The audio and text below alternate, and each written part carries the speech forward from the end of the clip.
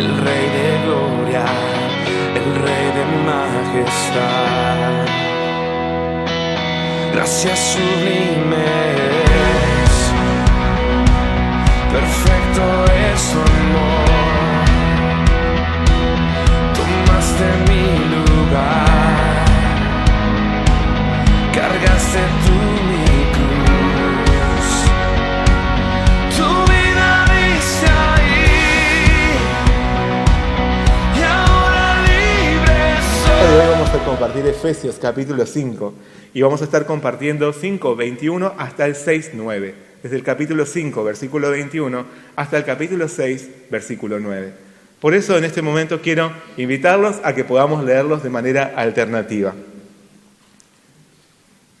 Dice lo siguiente: someteos unos a otros en el temor de Dios.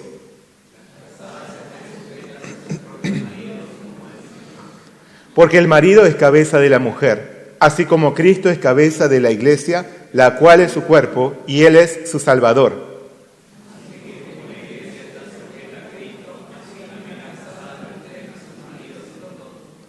Maridos, amad a vuestras mujeres, así como Cristo amó a la iglesia, y se entregó a sí mismo por ella.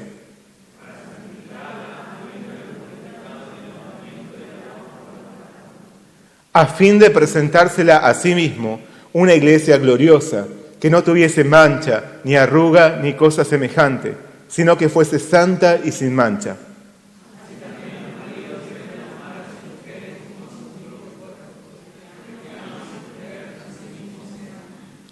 Porque nadie aborreció jamás a su propia carne, sino que la sustenta y la cuida, como también Cristo a la iglesia.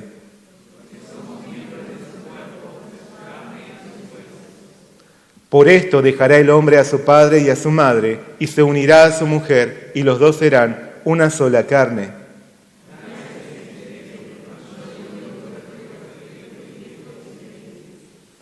Por lo demás, cada uno de vosotros ame también a su mujer como a sí mismo, y la mujer respete a su marido.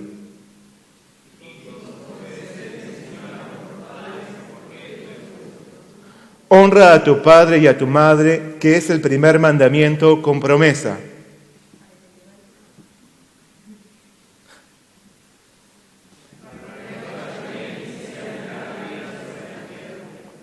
Y vosotros, padres, no provoquéis a ira a vuestros hijos, sino criadlos en disciplina y amonestación del Señor.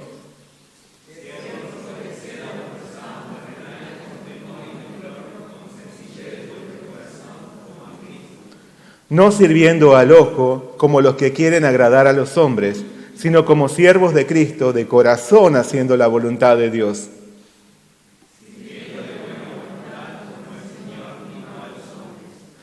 Sabiendo que el bien que cada uno hiciere, ese recibirá del Señor, sea siervo o sea libre.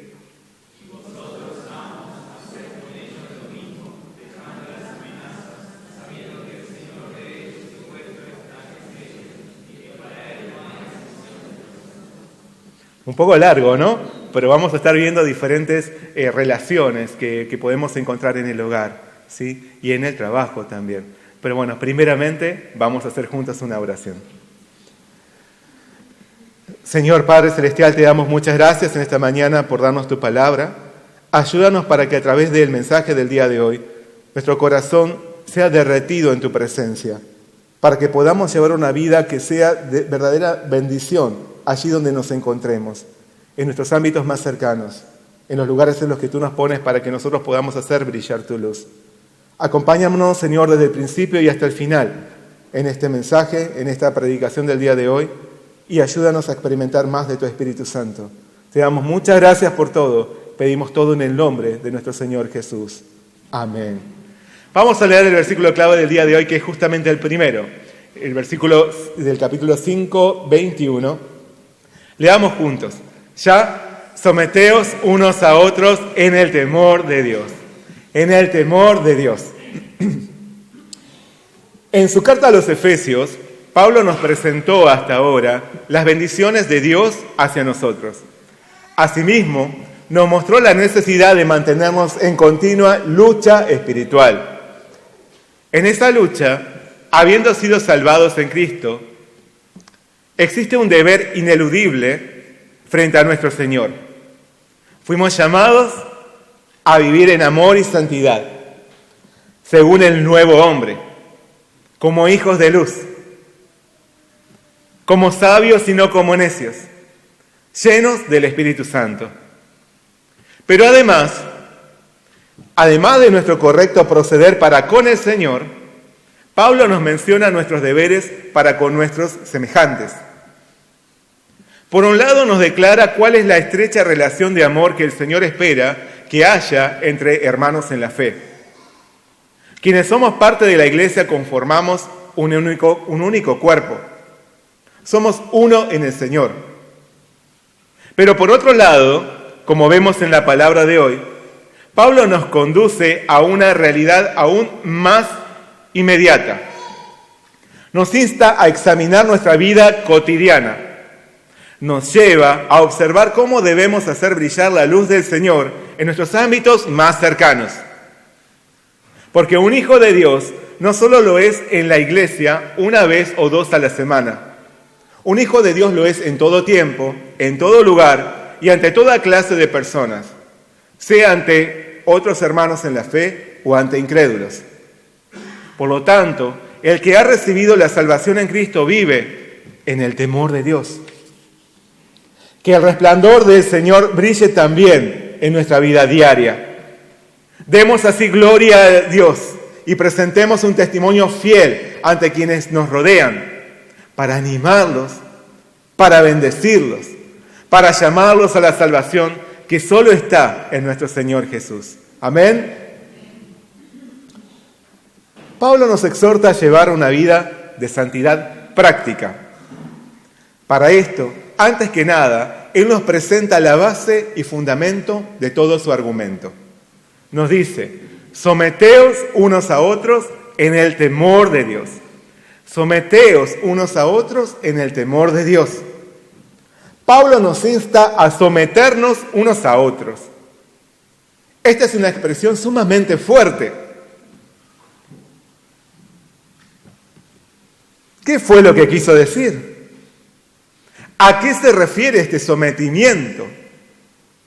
¿A una desvalorización personal en la que nos confesamos inferiores a los otros y con la sumisa disposición a ser pisoteados por ellos? ¿Es cerrar los ojos dejando nuestro cuello debajo del pie del otro para que haga con nosotros lo que se le antoje? El sometimiento del que nos habla Pablo no es un fingido estado de piedad o sumisión, ni una degradación a nuestra persona, sino un verdadero acto de amor hacia nuestro hermano, relacionándonos unos a otros con genuina humildad. Este sometimiento implica que, por amor a nuestro hermano, pondremos la otra mejilla si somos abofeteados. Pero asimismo, por amor a nuestro hermano, lo reprenderemos si su vida se encamina a la destrucción por su pecado. Por eso, someternos es amarnos sinceramente. Someternos implica servirnos y humillarnos, pero también escucharnos, apoyarnos, respetarnos y amonestarnos. Implica entregarnos unos a otros en amor, el amor que hemos recibido del Señor. Pero para esto solo hay un camino posible: morir a nosotros mismos con sincera humildad, como lo hizo nuestro Señor Jesús. Pero este sometimiento no debe ser un mero acto de inmolación ciega, sino que su apoyo debe ser otro. Como nos dice Pablo, debemos someternos unos a otros en el temor de Dios. En el temor de Dios.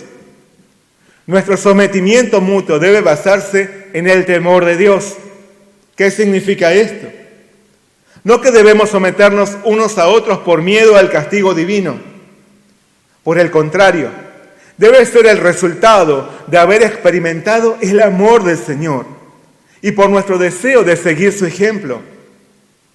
por nuestro deseo de obedecerle viviendo ante sus ojos, por nuestro anhelo de darle gloria, reverenciarlo y agradarle.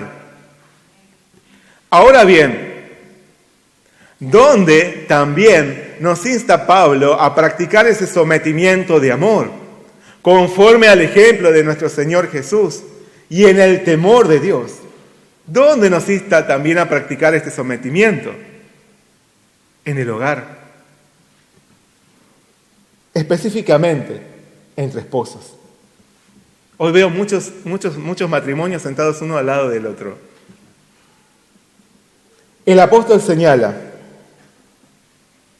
las casadas estén sujetas a sus propios maridos como al Señor, porque el marido es cabeza de la mujer, así como Cristo es cabeza de la iglesia, la cual es su cuerpo y Él es su Salvador.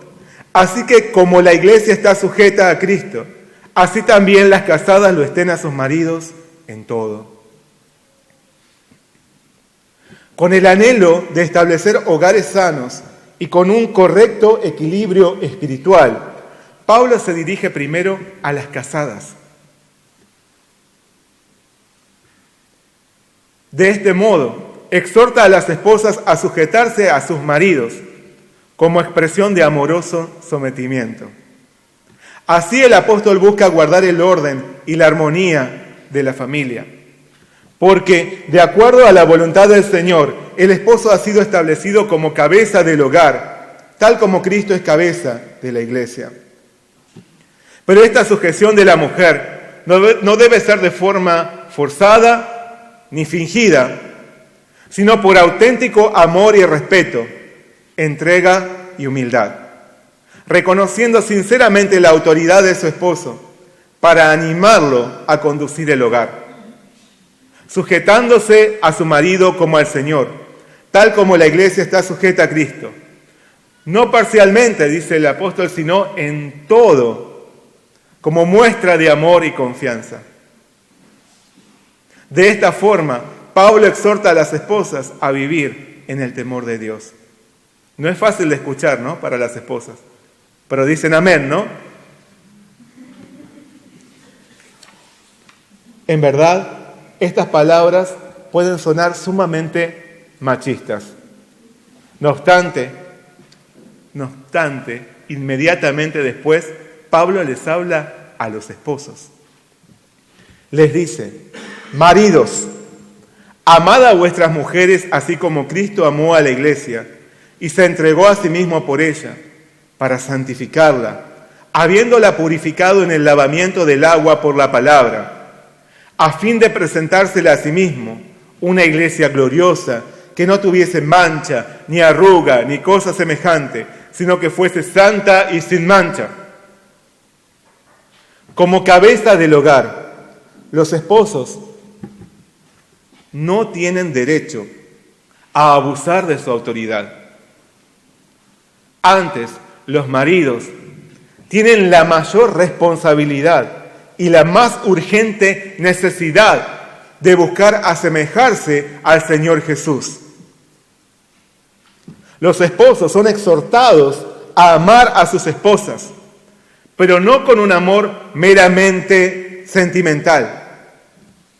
Más allá del romanticismo, por sobre todo, los esposos deben amar al nivel con que Cristo nos amó, entregándose por su esposa como el Señor se dio a sí mismo por su iglesia. Una iglesia a la que no tan solo salvó, sino que también ayuda constantemente con su palabra en el proceso de santificarse. Para que la iglesia sea su esposa perfecta, santa y sin mancha, Jesús camina delante de ella con su ejemplo de amor y servicio. Así también debe caminar el esposo. Dicen que la esposa perfecta no existe. ¿Qué dicen los esposos? Dicen que la esposa perfecta no existe. Pero lo que Pablo nos dice es que es el amor del esposo el que la hace perfecta para él. es el amor del esposo el que la hace perfecta para él. Tal como Cristo amó a su iglesia y la hace perfecta para él.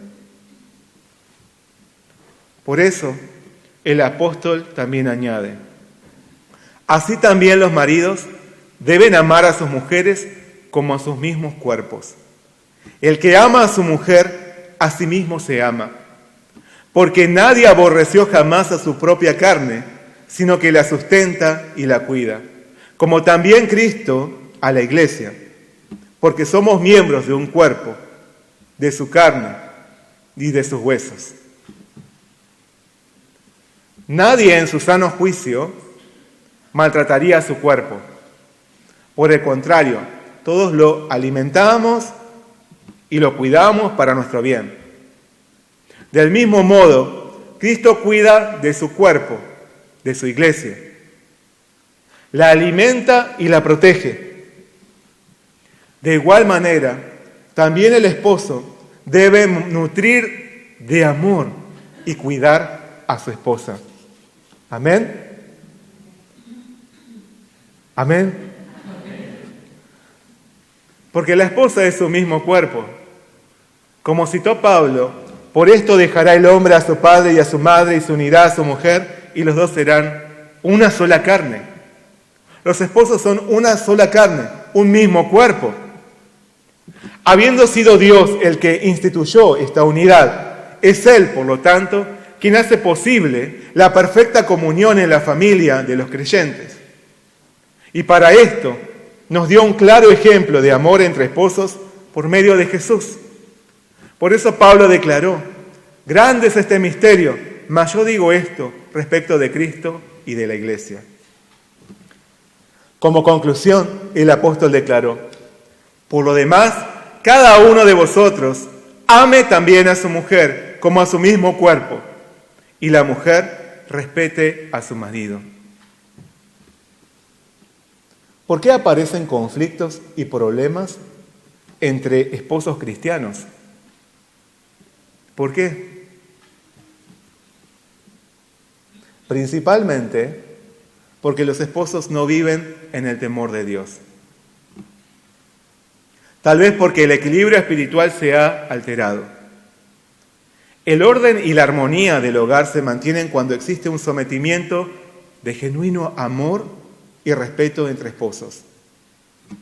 Cuando el esposo hace perfecta a su esposa por amarla con el mismo amor con que Cristo lo amó, nos amó.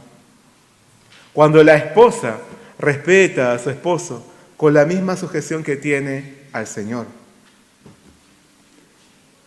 Sean los matrimonios de nuestra iglesia un vivo ejemplo de la relación de nuestro Señor Jesús con su iglesia.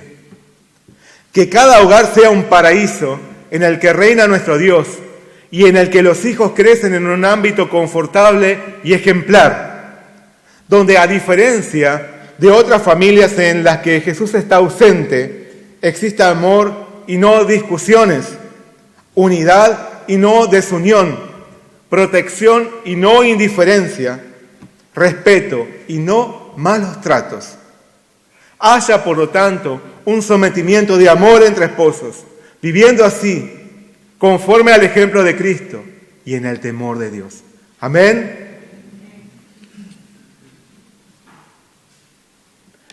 Avanzando en sus palabras, Pablo pone ahora su atención en la relación entre padres e hijos. Y hoy también hay padres e hijos que están cerca. Para esto comienza por exhortar a los hijos, diciéndoles: hijos, obedeced en el Señor a vuestros padres, porque esto es justo. Honra a tu padre y a tu madre, que es el primer mandamiento con promesa, para que te vaya bien y seas de larga vida sobre la tierra. Obedecer a nuestros padres es hacer lo que es justo delante del Señor, porque Él lo ordenó así entre sus 10 mandamientos. Moisés proclamó: honra a tu padre y a tu madre, como Jehová tu Dios te ha mandado, para que sean prolongados tus días y para que te vaya bien sobre la tierra que Jehová tu Dios te da. Pero la obediencia de los hijos no debe ser solo una respuesta formal y automática. Tampoco debe ser producto del miedo a los padres. Por el contrario, debe ser un acto voluntario de amor y confianza a quienes nos han traído a este mundo, a quienes saben más que nosotros de la vida. De entender que ellos buscan nuestro bien, porque nos aman y su alegría es nuestra felicidad. Y principalmente por vivir en el temor de Dios. Obedecer a nuestros padres nos guía a una dulce recompensa del Señor, porque por seguir sus consejos podemos experimentar una vida más ordenada y próspera en esta tierra. Proverbios nos dice: escucha a tu padre que te dio la vida y no desprecies a tu madre cuando sea anciana. Adquiere la verdad y nunca la vendas. Consigue también sabiduría, disciplina y buen juicio. El padre de hijos justos tiene motivos para alegrarse. ¡Qué satisfacción es tener hijos sabios! Por eso, alegra a tu padre y a tu madre. Que sea feliz la que te dio a luz. Por lo tanto, obedecer y honrar a nuestros padres, más que una actitud mecánica, debe ser nuestra sincera expresión de amor hacia ellos.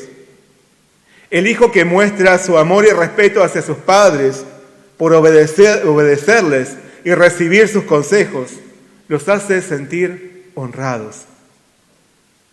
Y de este modo, vive en el temor de Dios. Sigue el ejemplo de Cristo que, como nos dice la palabra de Hebreos, aunque era hijo, por lo que padeció, aprendió la obediencia. Seamos también nosotros hijos que honran y obedecen en el Señor a sus padres, biológicos y espirituales, viviendo así en el temor de Dios. Amén. Pablo nos hace ver que la obediencia de amor de los hijos debe ser en el Señor. Los hijos deben obedecer a sus padres en el Señor. Por eso, esto pone una responsabilidad ineludible sobre los padres, porque ellos deben esforzarse para vivir en el temor de Dios, mostrando a sus hijos un buen ejemplo. Para que el consejo del padre hacia el hijo sea en el Señor, el padre debe llevar una vida ejemplar en el Señor. Proverbios nos dice que el orgullo de los hijos son sus padres. Mientras son niños, los hijos miran e imitan lo que ven hacer a sus papás. Si sus padres oran, ellos aprenden a orar. Si sus padres leen la palabra de Dios, ellos aprenden a hacerlo. Si asisten regular y puntualmente a la iglesia, los hijos también lo harán. Si los padres sirven en la iglesia, para los hijos también será natural hacerlo. Los hijos aprenden del ejemplo de sus padres, que son su orgullo, su apoyo y su escudo.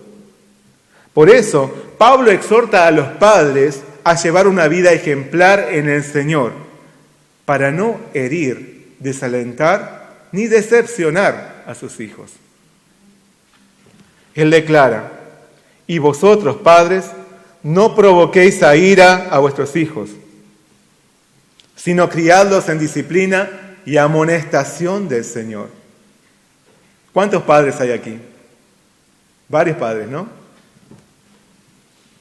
Pablo insta a los padres a manifestar amor y un buen ejemplo a sus hijos. Porque si los hijos no encuentran amor y un modelo en sus papás, lo buscarán afuera del hogar. Y esto es sumamente peligroso. Porque en el mundo, el pecado y la maldad son justificados y enseñados como recursos aceptables. Los hijos deben encontrar el amor y el modelo a seguir en el hogar con sus padres. Por eso el apóstol nos exhorta a amar y no provocar a ira a nuestros hijos, para no alejarlos no solo de nosotros, sino de la verdad, santidad y el amparo del Señor. Pero entonces, ¿qué puede considerarse como aquello que puede provocar a ira a nuestros hijos? Esto es importante para los padres. Veamos algunos ejemplos. Primero, el maltrato. Un padre debe vivir en el temor de Dios ante sus hijos. Los hijos son las tiernas ovejas que el Señor le encomendó a cuidar. Por lo tanto, los padres no deben abusar de su autoridad agrediendo gratuitamente a sus hijos. No deben herirlos, ya sea con golpes o insultos injustificados, o por usar palabras que los desanimen o desvaloren. Hay padres que provocan a ira a sus hijos por sus maltratos físicos, verbales o emocionales. Como el caso del rey Saúl, que insultó y agredió a su hijo Jonatán públicamente, no respetando su opinión aunque era justa. La palabra nos dice que por haber defendido a David, se encendió la ira de Saúl contra Jonatán y le dijo: «Hijo de la perversa y rebelde, ¿acaso no sé yo que tú has elegido al hijo de Esaí para confusión tuya y para confusión de la vergüenza de tu madre?» Entonces Saúl le arrojó una lanza para herirlo, y se levantó Jonatán de la mesa con exaltada ira, porque su padre le había afrentado. Los padres no deben provocar a ira a sus hijos por maltratarlos. Antes deben procurar mostrarles amor y comprensión, guiándolos a vivir en el temor de Dios. Amén. Segundo, la indiferencia. Los hijos esperan que sus padres los protejan y acompañen en su crecimiento y necesidades. Por eso, un padre puede provocar a ira a sus hijos cuando los descuida o le es indiferente. Esto puede producir consecuencias terribles, como lo que sucedió entre David y su hijo Absalón. Luego de que Amnón, otro hijo de David, violara a su media hermana Tamar, lo único que hizo David fue enojarse mucho. Tal vez por eso Absalón buscó venganza matando a Amnón por lo que le hizo a su hermana. Después de esto, Absalón huyó fuera del país. Sin embargo, David nunca lo buscó.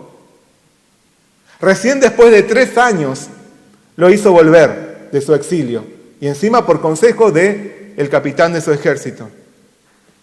A pesar de esto, David evitó ver a Absalón por otros 2 años. A causa de su indiferencia y descuido como padre, David sufrió luego las consecuencias de su hijo resentido.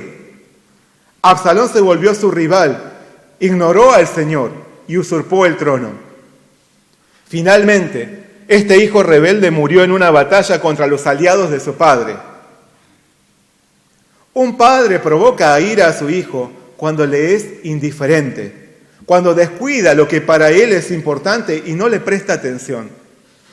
Los padres deben dedicar tiempo y atención a sus hijos, velando siempre por ellos. Amén.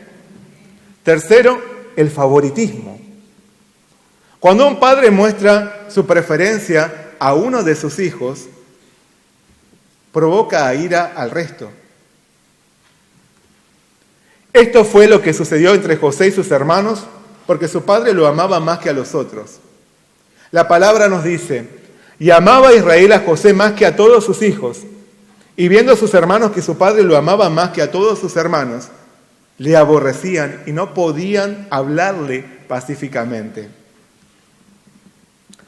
Este favoritismo hizo que sus hermanos terminaran por vender a José como esclavo a Egipto. Cuando un padre prefiere más a un hijo que al resto, provoca a ira a sus hermanos. Por lo tanto, tal como nuestro Padre Dios muestra su amor incondicional a todos sus hijos por igual, también un padre debe procurar amar por igual a cada uno de sus hijos. Amén. Cuarto, la falta de disciplina. Aunque la reprensión y la disciplina pueden ser dolorosos, la falta de corrección termina perjudicando a los hijos. Por eso Pablo nos insta a criar a nuestros hijos en disciplina y amonestación del Señor. Un padre debe retar y corregir a sus hijos cuando llevan vidas equivocadas, cuando hacen algo que está mal, cuando se exponen al peligro. Porque en el caso de que estén pecando, el pecado los conducirá a la muerte. El sacerdote Elí veía cómo sus hijos llevaban vidas completamente corrompidas. Sin embargo, no los corregía con seriedad y dureza. Por eso Dios le dijo a Samuel: cumpliré contra la familia de Elí todo lo que he dicho. Él sabía que sus hijos me ofendían gravemente y no hizo nada para corregirlos. Así que voy a castigar a su familia y nada ni nadie podrá evitarlo. Conforme a estas palabras, los hijos de Elí murieron en una batalla y Elí falleció al escuchar la noticia. El que ama a sus hijos los reprende y corrige. Proverbios nos dice: el que detiene el castigo a su hijo aborrece, mas el que lo ama desde temprano lo corrige. La disciplina a los hijos es una manifestación de amor de sus padres. Por eso, no disciplinar a nuestros hijos y exponerlos así a consecuencias indeseables es también una forma de provocarlos a ira cuando ellos crecen y se dan cuenta que sus sufrimientos son el resultado de no haber sido corregidos a tiempo. Por lo tanto, haya entre los padres e hijos de nuestra iglesia una profunda relación de amor. Que los hijos obedezcan a sus padres sintiendo confianza en ellos y valorando sus palabras. Que los padres muestren un ejemplo espiritual en el hogar y procuren cuidar a sus hijos en el Señor. De este modo, que en cada hogar, tanto hijos como padres, vivan en el temor de Dios. Amén. Finalmente, Pablo toca una relación más, la relación entre siervos y amos. Él dice: siervos, obedeced a vuestros amos terrenales con temor y temblor, con sencillez de vuestro corazón, como a Cristo, no sirviendo al ojo como los que quieren agradar a los hombres, sino como siervos de Cristo, de corazón haciendo la voluntad de Dios, sirviendo de buena voluntad, como al Señor y no a los hombres, sabiendo que el bien que cada uno hiciere, ese recibirá del Señor, sea siervo o sea libre. En los tiempos de Pablo, el trato entre siervos y amos también se daba dentro del hogar, porque los esclavos compartían la vida diaria con sus señores. Hoy en día, la esclavitud ha sido abolida. Aún así, todavía tenemos la obligación de trabajar diligentemente y responder con responsabilidad ante nuestros jefes en nuestro ámbito laboral. Pablo nos llama a mantener el respeto debido a nuestros superiores, realizando nuestras tareas con sencillez de corazón, pero no con el propósito de agradar a las personas, sino a Cristo. Todo lo que hacemos debemos hacerlo como para el Señor y no para los hombres. De este modo, Pablo nos exhorta a vivir en el temor de Dios también en nuestros trabajos.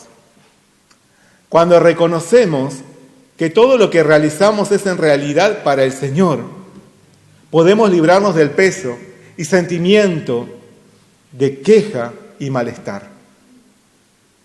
Podemos sentirnos libres antes que oprimidos. Podemos dar lo mejor, pero no para ganar algún beneficio material, sino para alcanzar la aprobación del Señor. ¿Cómo es nuestra actitud en nuestras labores y trabajos? ¿Reflejamos la presencia de Cristo en nosotros a través de ellos? Vivamos haciendo todo como para el Señor y de Él recibiremos una rica recompensa. Siguiendo el fiel ejemplo de Jesús en su amor y obediencia al Padre Celestial, vivamos así en el temor de Dios. Amén.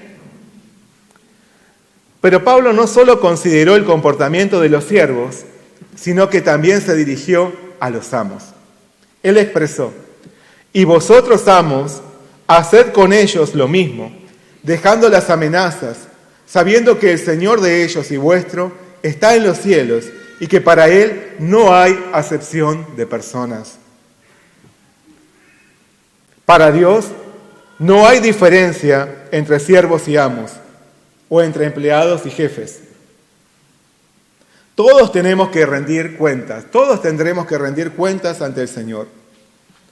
Por eso, quienes ocupan un lugar de autoridad también deben vivir en el temor de Dios, no siendo autoritarios y crueles con quienes están a su cargo, recordando siempre lo que nuestro Señor Jesús nos enseñó: el más grande entre ustedes debe servir a los demás.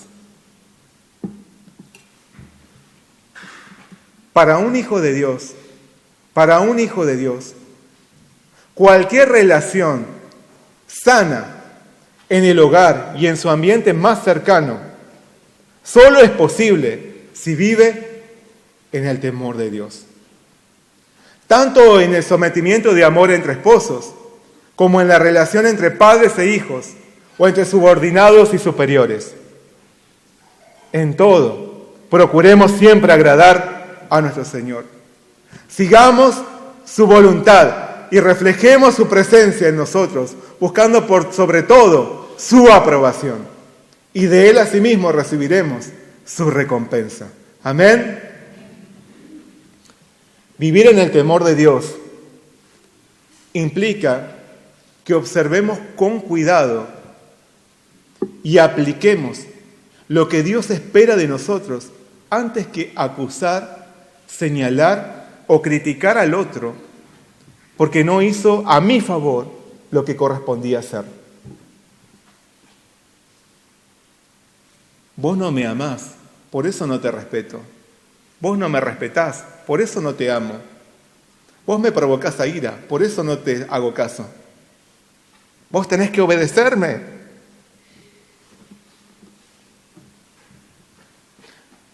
Vivir en el temor de Dios implica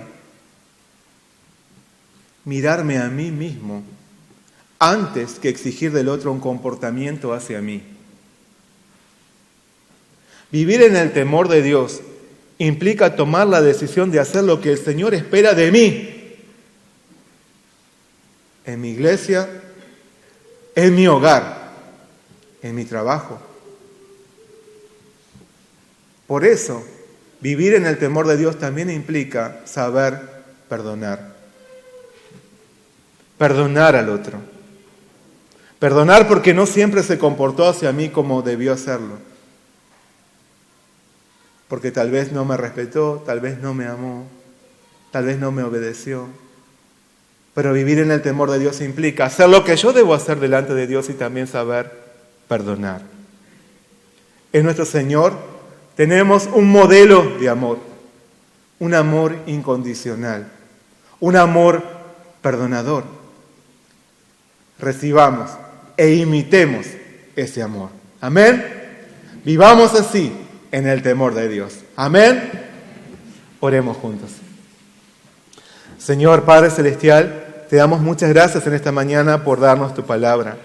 Gracias, Señor, por llamarnos a vivir vidas santas delante de ti, por vivir en el temor a ti. No como miedo, sino con respeto, reverencia y por amor a ti, haciendo lo que a ti te agrada por sobre todo. Señor, queremos que nuestros hogares sean paraísos, donde tu presencia pueda sentirse en todo momento. En el genuino sometimiento de amor entre esposos, cuando el esposo hace perfecta a su esposa por amarla, cuando la esposa respeta a su esposo como se sujeta al Señor, cuando un hijo obedece a su padre por amor, cuando un padre cuida de su hijo en el ejemplo del Señor, no provocándolo a ira. Queremos vivir, Señor, en santidad en nuestros trabajos, respetando a quienes tú pones cerca de nosotros, sean superiores o sean personas a cargo, mostrando así tu presencia, tu amor, para llevar bendición y salvación a otros también. Señor, ayúdanos a que las personas que se acercan a nosotros puedan recibir la bendición de conocerte, utilizándonos así a nosotros como una luz en este mundo, porque somos hijos de luz.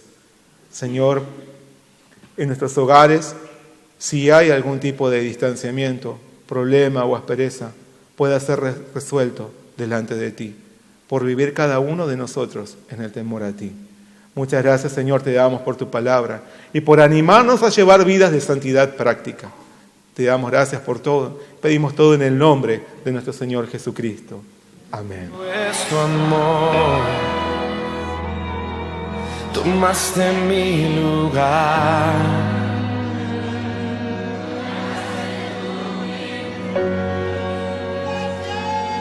Tu vida diste ahí y ahora libre soy.